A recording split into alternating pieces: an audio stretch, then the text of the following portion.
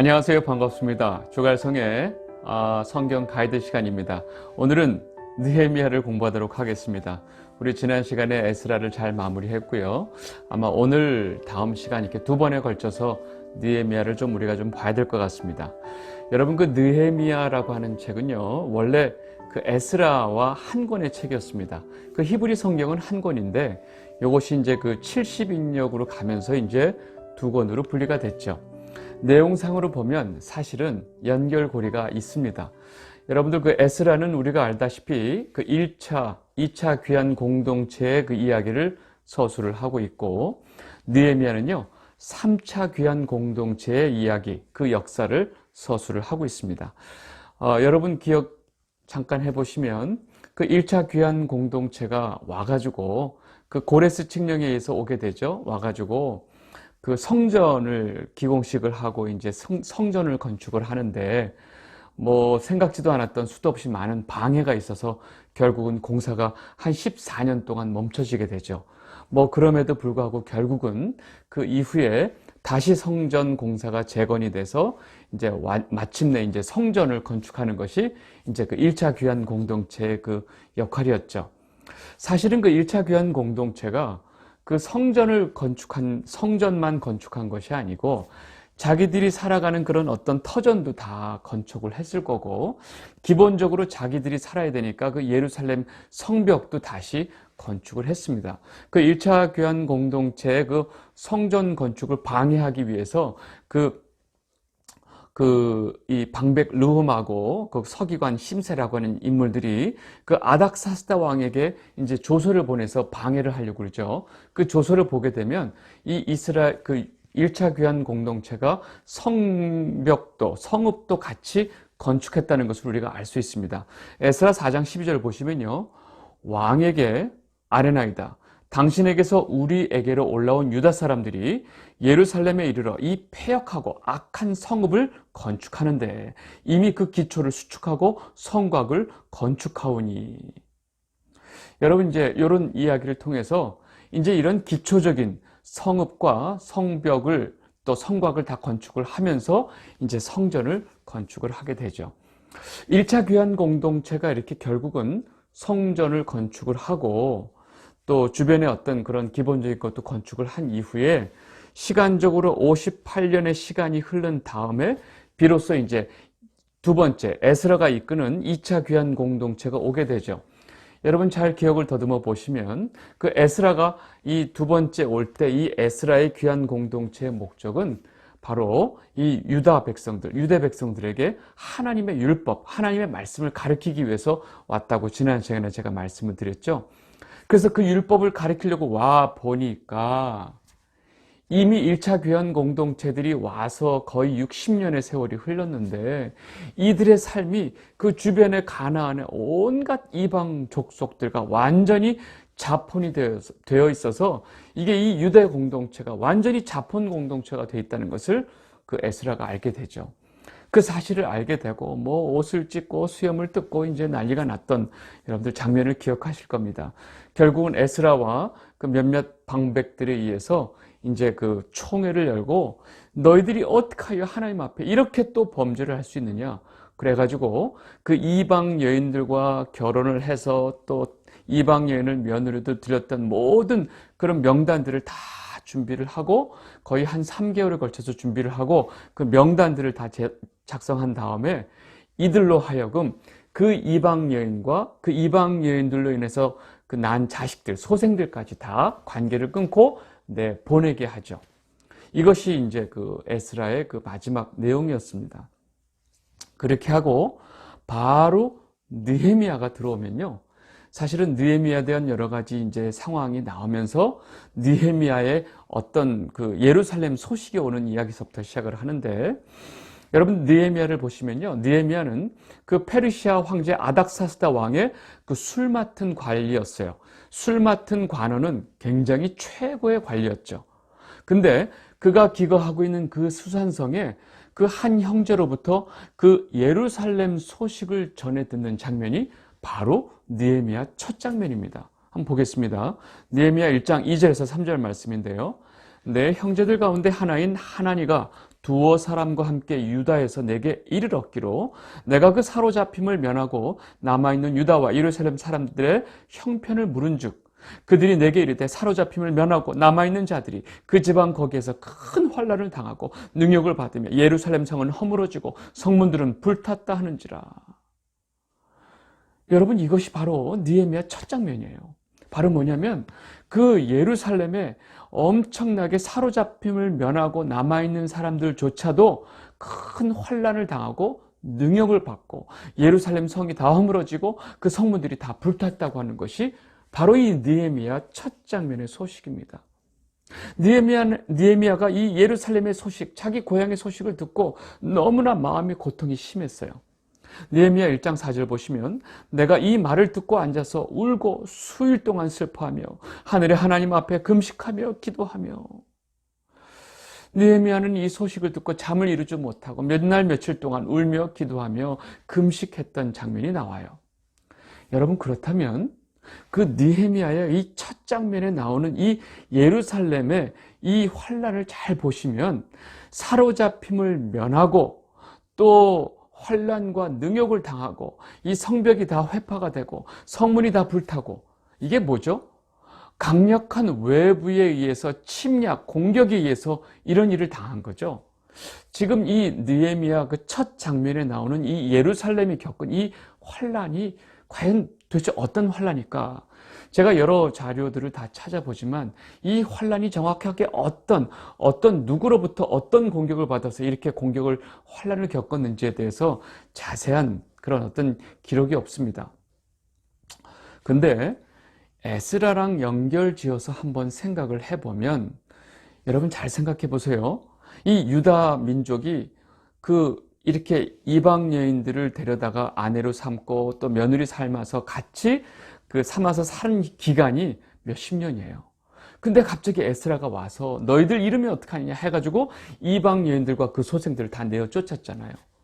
여러분, 이거는 이제 이쪽 관점에서 보는 거고, 그 주변에 있는 모든 그 이방 민족들 입장에서 보면, 아니, 아내로 데려가고 며느리로 데려갈 때는 언제고, 이제 같이 한 가정을 이루고 애 낳고 잘 살다가 갑자기 20년 30년 돼서 갑자기 애하고 그 며느리하고 그 부인들을 다 내어 쫓은 거예요.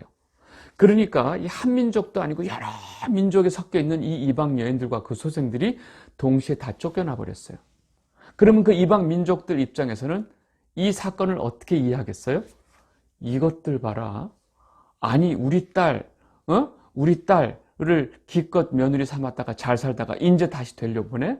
그러니까 그 이방 민족 입장에서는 이 유대 사람들이 너무 괘씸한 거죠. 그러니까 그 주변에 있는 모든 이방 민족들이 합세해서 저것들 당장 가만두지 말자 하고 준비가 해서 그냥 쳐들어와서 이런 예루살렘에 큰 공격을 받은 게 아닌가. 여기에 대한 자세한 어떤 기록이 없기 때문에 이것은 그냥 추측성으로 아마 그렇게 해서 이렇게 공격을 받았던 것이 아닌가 생각을 해봅니다. 결론은, 확실한 것은 어떤 외부의 강력한 그런 공격으로 인해서, 외부의 침입으로 인해서 지금 이 예루살렘 성이 다 회파가 되고 사람들이 다 붙잡혀 가기까지 하고 엄청난 환난을 겪고 있는 이 상황을 느헤미야가 그 소식을 들은 거죠. 예루살렘의 이 환난 소식에 대해서 이 느헤미야가 너무 괴로워합니다. 그리고 힘들어하던 이 느헤미야가 결국은 하나님의 은혜로 어떤 기회를 잡게 돼요. 이 느헤미야가 이 황제의 술 맡은 관원이라고 그랬죠. 이 어느 날 왕 앞에서 이제 술을 따르고 있는데 그 느헤미야 얼굴에 전에 없었던 수색이 가득하니까 왕이 물어요. 네 얼굴에 수색이 없었는데 오늘따라 이 수색이 웬일이냐? 너 혹시 무슨 일 있는 거 아니냐? 하고 딱 왕이 되묻죠. 여러분, 이 왕에게 술을 따르는 술 맡은 관원은요, 왕의 생명 때문에 아주 철저하게 그 모든 것을 이제 신임하는 자만 그 자리에 있는데, 왕의 술 따르는 자가 전에 없었던 수색이 있다는 것은 왕이 행여나 의심을 하고 너 혹시 나를 모반하려고 하는 계획 속에 있는 거 아니냐라고 오해를 하고 이 자를 당장 가둬라 하면 일이 골치 아파져요. 이 자기의 수색을 보고 왕이 그것을 물으니까 지금 느헤미야는 갑자기 두려움을 느끼죠. 그리고 자기가 왜 얼굴에 수색이 있는지를 다 고하게 됩니다. 그리고 이 자기의 고향의 이 예루살렘의 상황을 다 이야기하고 그 기회를 놓치지 않고 하나님의 은혜로 제가 그 고향에 가서 그 성벽을 다시 세우면 안 되겠습니까? 하고 왕에게 그 자기가 갈 수 있도록 요청까지 하게 됩니다. 느헤미야 2장 4절에서 5절 말씀인데요. 왕이 내게 이르시되 그러면 내가 무엇을 원하느냐 하시기로 내가 곧 하늘의 하나님께 묵도하고 왕에게 아뢰되 왕이 만일 좋게 여기시고 종이 왕의 목전에서 은혜를 얻었사오면 나를 유다 땅 나의 조상들이 묘실 있는 성읍에 보내어 그 성을 건축하게 하옵소서 하였는데, 여러분 이 사실은 굉장한 위기였지만 그때 하나님의 은혜로 왕이 그럼 내가 너한테 어떻게 해줄까라는 질문을 하게 되죠. 그때 이제 이 기회에 이제 그 느헤미야가 하나님께 잠깐 기도하고 그 상황에 자기가 요구하는 것을 다 말하게 됩니다. 아닥사스다 왕은 이런 느헤미야의 청을 다 들어주죠. 기간도 한 12년의 엄청난 시간을 주죠. 그리고 이 성벽 재건에 필요한 모든 목재, 자재까지도, 그리고 가는 동안 혹시나 안전에 문제가 있으니까 그 군대까지도 다 지원을 해주게 됩니다.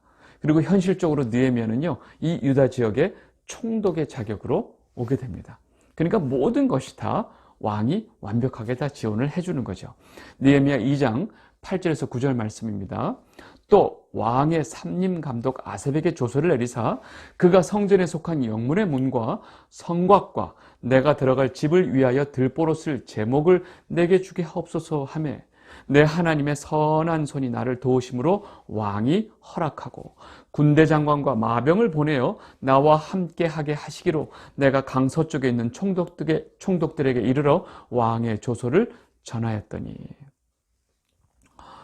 여러분, 이렇게 그 예루살렘의 그 성벽이 회파되고 그 고난을 당한 것을 소식을 듣고 괴로워하다가 결국은 하나님의 그 인도하심으로 느헤미야가 이 모든 일을 다시 회복할 수 있는 모든 준비를 갖고 제3차로 귀한 공동체가 예루살렘에 안전하게 오게 됩니다. 도착한 이 느헤미야는요, 당장 이 예루살렘의 성벽이 얼마나 망가졌는지 궁금하죠. 그런데 사실 같이 오는 3차 공동체와 지금 이 새로 온 이 느헤미야 총독이 이 성벽 재건의 목적을 가지고 온 것을 사실은 아무도 모르고 있었어요. 밤에 느헤미야는 조용히 예루살렘 성전 이 상황을 돌아봅니다. 그리고 얼마나 이 예루살렘 성벽이 회파됐는지를 다 보게 돼요. 그러고 나서 그 다음에 이 얼마나 심각한 상황인지를 알고 그 다음날 그런 방백들을 모으고 자기 이제 유다 사람들을 다 모아놓고선 우리가 더 이상 이렇게 있으면 안 된다 하고 성벽 재건에 대한 공사를 선포를 합니다. 느헤미야 2장 17절 18절 말씀 보겠습니다. 후에 그들에게 이르기를 우리가 당한 공경은 너희도 보고 있는 바라. 예루살렘이 황폐하고 성문이 불탔으니 자 예루살렘 성을 건축하여 다시 수치를 당하지 말자 하고 또 그들에게 하나님의 선한 손이 나를 도우신 일과 왕이 내게 이런 말씀을 전하였더니 그들의 말이 일어나 건축하자 하고 모두 힘을 내어 이 선한 일을 하려 하매. 백성들도 또 같이 온 백성들도 이 상황을 보고 어찌해야 될지 몰랐어요. 그런데 사실은 느헤미야가 내가 이 목적 때문에 왔고 이 일을 위해서 왕이 내게 모든 것을 다 해주었다. 우리는 이 일로 인해서 우리가 다시 성전 건축을 해야 된다 하니까 같이 온 사람들과 거기 기존에 있었던 모든 사람들이 마음을 합해서 바로 공사를 시작을 합니다. 여러분, 이렇게 너무나 귀한 하나님의 일이 시작이 되면 꼭 뭐가 있죠? 방해가 있죠. 지금 느헤미야가 도착하고 이 무너진 성벽을 건축하고자 하니까 당연히 이 방해하는 세력들이 생겨납니다. 그러면 도대체 이들은 누구고 이들은 왜 방해를 할까요? 여러분, 유대 민족들이 성벽이 다 해파되고 자기네들끼리 막 간신히 지금 버티고 있는 상황 속에서 그 지역에서 엄청난 세력을 가지고 있는 자들이 이 유대 민족들이 성벽을 다시 재건하고 딱 반듯해지면 이 지역에서 이 유대민족들의 세력이 엄청나게 강해지거든요. 그러면 유대민족의 세력이 강해지면 반대로 그것으로 인해서 타격을 받고 자신들의 세력이 약해질 수밖에 없는 자들이 있겠죠. 이게 힘의 논리예요. 힘에 생기면 반대로 이 힘에 의해서 약해지는 이 손해보는 사람들이 있어요. 이들이 이것을 방해하기 시작하는 거죠. 느헤미야가 올 때부터 벌써 이것을 걱정하던 사람들이 있었어요. 느헤미야 2장 10절을 보시면요, 호론 사람 산발락과 종이었던 암몬 사람 도비아가 이스라엘 자손을 흥왕하게 하려는 사람이 왔다 함을 듣고 심히 근심하더라. 이 산발락과 도비아, 이 두 놈이 벌써 느헤미야가 오는 그 소식에 벌써 근심하기 시작했어요. 그랬는데 어느덧 벌써 이 유대 사람들과 같이 성벽 재건 공사가 시작됐다는 소식을 들으니까 아예 대놓고 노골적으로 이 자기네 있는 주변 사람들하고 사마리아 군대까지 충동질을 하면서 이를 방해하려고 하고 조롱하기까지 합니다. 느헤미야 4장 1절 2절, 산발랏이 우리가 성을 건축한다 함을 듣고 크게 분노하여 유다 사람들을 비웃으며 자기 형제들과 사마리아 군대 앞에서 일러 이르되 이 미약한 유대 사람들이 하는 일이 무엇인가? 스스로 견고하게 하려는가? 제사를 드리려는가? 하루의 일을 마치려는가? 불탄 돌을 흙 무더기에서 다시 일으켜는가? 하고, 여러분, 지금까지 이 지역에서 유대인들이 이 성벽이 회파되고 얼마나 미미하게 힘이 약하게 있었는지 그 상황을 우리가 사실 이 말로 추측할 수 있어요.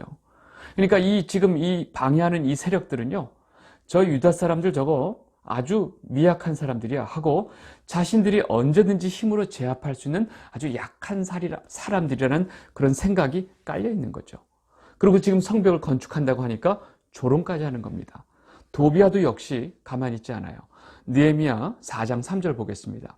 암몬 사람 도비아가 곁에 있다가 이르되 그들이 건축하는 돌 성벽은 여우가 올라가도 곧 무너지리라 하더라. 아주 심한 모욕이죠. 이러한 조롱과 아주 방해 세력들을 계속 아주 비아냥거리면서 니들이 지금 뭐 하는 건데, 니들이 성벽을 건축한다고 웃기지 마, 이런 식으로 지금 하고 있는 거죠. 사실 느헤미야는 이런 이야기들이 다 들리고 있지만 사실 거기에 대응하지 않았어요. 지금 당장 중요한 일을 해야 하면서 하나님의 도우심을 믿고 어느 정도 성전 건축이 완공되고 이 유대 사람들이 어떤 유대가 강화될 때까지 일절 이들의 어떤 이런 방해 공작에 반응하지 않습니다. 느헤미야 4장 4절에서 6절 말씀 보겠습니다. 우리 하나님이여 들으시옵소서. 우리가 업신여김을 당하나이다. 원하건대 그들이 욕하는 것을 자기들의 머리에 돌리사 노략거리가 되어 이방에 사로잡히게 하시고 주 앞에서 그들의 악을 덮어두지 마시며 그들의 죄를 도말하지 마옵소서. 그들이 건축하는 자 앞에서 주를 노하시게 하였음이니이다 하고, 이에 우리가 성을 건축하여 전부가 연결되고 높이가 절반에 이르렀으니 이는 백성이 마음들여 이를 하였음이니라. 이런 방해 세력들이 있었음에도 불구하고 조용히 하나님께 기도하면서 열심히 일에 집중했어요. 그랬더니 각각 시작됐던 그 성들이 서로 연결돼서 큰 성곽이 연결되기 시작했고, 그 연결된 성벽이 점점점 반 이상이 넘어가기 시작했어요. 그러니까 점점점 저것들이 하면서 이 방해 세력들이 보니까 어느새 벌써 성벽이 반 이상이 넘어가고 있으니까 이들이 불안하기 시작해요. 그래서 이 산발락과 도비아는요, 이러다가 안 되겠다, 저것들이 정말로 성벽을 완공할 것 같은데 하면서 불안한 마음이 드니까 실제로 이 무력, 즉 군사적으로 공격을 통해서 이걸 막으려고 하는 그런 계획을 합니다. 느헤미야 4장 7절에서 8절 말씀입니다. 산발락과 도비아와 아라비아 사람들과 암몬 사람들과 아스돗 사람들이 예루살렘 성이 중수되어 그 허물어진 틈이 메꾸어져 간다 함을 듣고 심히 분노하여 다 함께 꾀하기를 예루살렘으로 가서 치고 그곳을 요란하게 하자 하기로. 이제 아예 공격적으로 물리적으로 이것을 막겠다는 거죠. 그리고 아예 군사적으로 공격을 하겠다는 거예요. 이들의 이런 동향을 느헤미야는 다 소식을 접해 들었어요. 그러니까 분명히 이런 것에 대해서 다 준비를 하고 있었죠. 그러니까 느헤미야는요, 지금 이 온 백성들로 지금 각각에서 지금 공사를 하고 있는데, 지금 각각의 느헤미야 보면 각 지파별로 다 그 성곽 지역에서 각자 성벽을 쌓고 있는데, 지금 느헤미야가 이들에게 어떻게 시키냐면요, 공사를 하는과 동시에 이들이 어디에서 어떤 군사적인 공격을 했을 때 바로 준비하고 대비할 수 있는 그런 준비태세를 다 갖춥니다. 그리고 공사를 하는 동안 또 한쪽에서는 경계팀을 둬서 행여나 어디서 군사가 오지 않을까 하고 다 경계하는 그런 경비팀까지 다 만들어 놓습니다. 그래서 항상 보초가 24시간 쓰게 하면서 낮에는 철저한 경계를 가지고 이 공사를 하는 거죠. 많이 힘들었겠죠. 네. 느헤미야 5장 16절에서 18절 말씀 보겠습니다. 그때로부터 내 수하 사람들의 절반은 일하고 절반은 갑옷을 입고 창과 방패와 활을 가졌고 민장은 유다 온 족속의 뒤에 있었으며 성을 건축하는 자와 짐을 나르는 자는 각각 한 손으로 일을 하며 한 손에는 병기를 잡았는데 건축하는 자는 각각 허리에 칼을 차고 건축하며 나팔 부는 자는 내 곁에 섰었느니라. 행여나 어디서 공격이 들어오면 나팔을 불어서 각국에 건축하고 있던 사람들이 한 곳에 모여서 그 공격에 대비할 수 있는 시스템을 느헤미야가 다 갖춘 거죠. 그러니까 이런 모든 상황이 되니까 공격을 하려고 했던 이 방해 세력들이 엄두를 못 내요. 그냥 공사하고 있는 사람들 치려고 했는데 공사가 아니라 자신들도 군사적으로 다 대비되고 있다는 것을 다 알게 되죠. 그러니까 꼼짝 못하고 군사적으로 공격 못하는 거예요.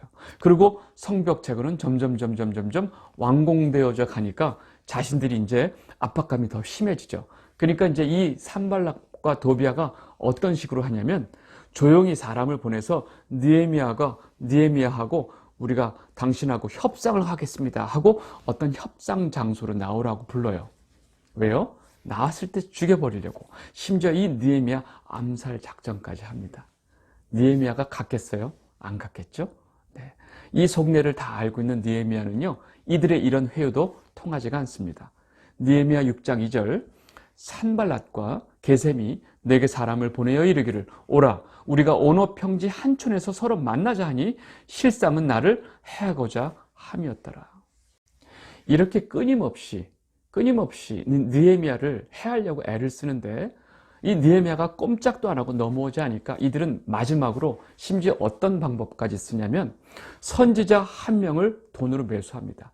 그리고 그 선지자가 마치 그 느헤미야에게 그 예언을 하는 것처럼 앞으로 저 사람들이 당신을 죽이러 언제 오니까 당신은 성전 안에 숨으십시오 하고 마치 예언하듯이 말을 해요. 근데 느헤미야가 지금 내가 내 목숨 살리려고 지금 이 와중에 성전으로 들어가서 숨으라고요? 저는 그럴 수 없습니다 하고 이 선지자의 예언을 무시해버리죠. 알고 봤더니 이 선지자가 산발랍과 도비아에 의해서 매수당했던 거예요. 그리고 이 느헤미야가 어떤 성전 안으로 숨는 것을 보고 이것을 약점을 잡아서 이거 가지고 이제 공격을 하려고 했던 거죠. 느헤미야 6장 12절 13절 보겠습니다. 깨달은즉 그는 하나님께서 보내신 바가 아니라 도비아와 산발랏에게 뇌물을 받고 내게 이런 예언을 함이라. 그들이 뇌물을 준 까닭은 나를 두렵게 하고 이렇게 함으로 범죄하게 하고 악한 말을 지어 나를 비방하게 함이었느니라. 여러분, 이 방해 세력은요, 끊이지가 않습니다.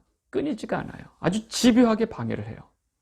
놀라운 건 이렇게 끊임없는 방해와 협박에도 불구하고 느헤미야는요, 마침내 이 52일 만에 이 성전 재건 공사를 마치게 됩니다. 할렐루야. 느헤미야 5장 15절, 16절 보겠습니다. 성벽 역사가 52일 만인 엘룰월 25일에 끝나매 우리의 모든 대적과 주위에 있는 이방 족속들이 이를 듣고 다 두려워하여 크게 낙담하였으니 그들이 우리 하나님께서 이 역사를 이루신 것을 알미니라.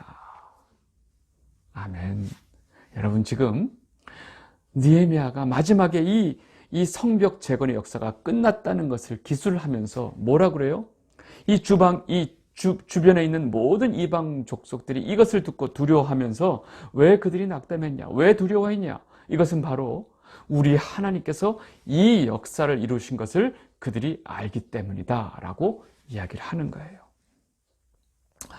느헤미야는 마지막에 이 성벽 재건의 역사를 뭐라고 분명하게 얘기하느냐? 이 모든 역사가 하나님께서 역사하신 거라고 아주 분명하게 고백을 하고 있습니다. 지금 이 영상을 보고 계신 주갈성 성도 여러분, 여러분이 지금 제가 이 느헤미야 앞부분서부터 6장까지 이 성벽 재건의 역사를 제가 간략하게 정리를 하면서 설명을 해드렸는데, 이 성벽 재건의 역사를 보면서 여러분 무슨 생각이 드셨나요? 여러분 분명히 하나님이 계획하시고 하나님이 동행하시는 일에도 이렇게 늘 방해와 어려움이 있다는 사실입니다. 절대 없을 수 없습니다. 어떻게 보면 방해와 어려움이 있는 것이 하나님이 함께 하신다는 증거로 또 생각하셔도 될 정도로. 근데 그 방해와 이 어려움이 아주 집요하죠. 아주 다양한 방법이죠. 그리고 끊임없이 이런 악한 방해 세력들의 공격이 있다는 거예요. 여러분, 지금 우리는 성도로서 이 땅에서, 즉 이 세상, 악한 세상 속에서 하나님의 백성으로서 살아가는데, 우리도 역시 사실은 영적인 성벽이 필요합니다. 우리는 지금 어쩌면 하나님의 말씀으로 우리가 성벽을 공사한다고 보시면 돼요. 여러분 지금 이 성경 가이드를 보시면서 여러분들 삶 가운데 이 영적으로 이 성벽을 쌓고 있는 거라고 보시면 됩니다. 무엇으로요? 하나님의 말씀으로. 그런데 방해가 없을까요? 있죠. 너무나 많은 방해들이 있고 그 방해가 또 얼마나 집요하고 다양한 방법으로 공격이 들어오고 있는지 모릅니다. 여러분 절대 이 하나님의 말씀에 이 성벽 공사를 멈추시면 안 돼요. 그죠? 항상 하나님의 도우심의 손길이 있고 어떤 방해가 있다 할지라도 이 하나님 말씀의 성벽 공사를 멈추시면 안 되고 하나님의 역사에 의해서 완공된다는 사실을 여러분들 꼭 믿으시기 바랍니다. 왜요? 이 모든 일의 주인은 하나님이시기 때문에 그렇습니다. 우리 삶의 모든 주권이 하나님에 있기 때문에 그렇습니다. 저는 사실은 매번 이 한 영상 올리면서 저 역시 마치 이렇게 큰 성벽에 돌 하나 올리면서 성벽을 쌓는 마음으로 이렇게 영상을 준비하고 있습니다. 오늘 또 제가 이렇게 돌을 하나 옮겨놓은 마음이죠. 왜냐하면 이 성벽 쌓는 일도 하나님이 하시기 때문에 그렇습니다. 주갈성 성도 여러분, 여러분들 삶 가운데 하나님의 말씀의 성벽을 쌓는 이 모든 일에 많은 방해와 어려움이 있을 것입니다. 절대 낙담하지 마시고 절대 힘들어하지 마시고 이 모든 역사 속에서 하나님이 여러분과 함께 하시고 하나님의 그 도움의 손길이 여러분들을 붙들고 있다는 그 믿음을 가지시고 담대하게 오늘도 이 하나님의 말씀에 성벽을 쌓으시기를 바랍니다. 오늘은 여기까지 하도록 하겠습니다. 감사합니다.